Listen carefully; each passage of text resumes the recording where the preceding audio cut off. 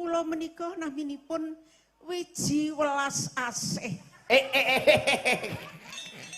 Kok teko kono wiji welas asih. Nika werdine napa to? Lho, aku iki mantune Pak Lurah. Lho, garwane Mas Desi? Iya. Oh, alah kok kaya ragangan usuk ngene. Lho, kok sing foto kalih kula mboten jenengane kula garwane Mas Desi foto ngono. Aku ki sing garwa nomor 1. Oh. Mekaten. Oh, cara penyanyi tereli.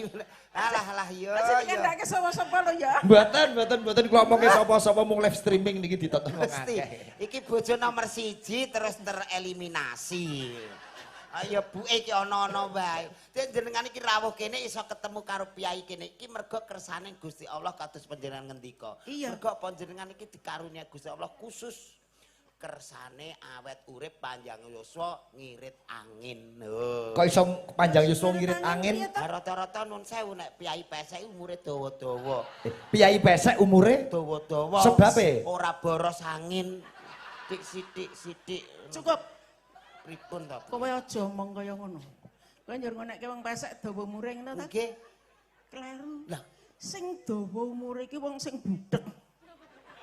Wong sing budhek. Iya. Kok saged budhe kok sing budhek kok dawa umure? Arep ditimbali sing kuwasa ra krungu ki. Oh iya, biasane sampun katimbalan ingkang Maha Kuwasa asma si A, si Dadap, si Noyo lagi. Lah iya. Sampun katimbalan nek budhek ora krungu ditimbali. Ora krungu, ora mangkat-mangkat ya. Wah, sesuk kupingku tak rusake ta.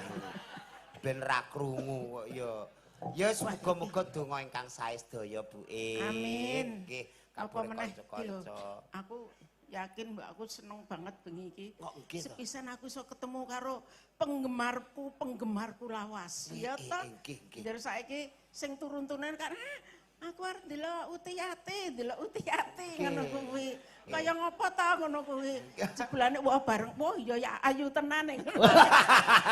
Gusti Allah.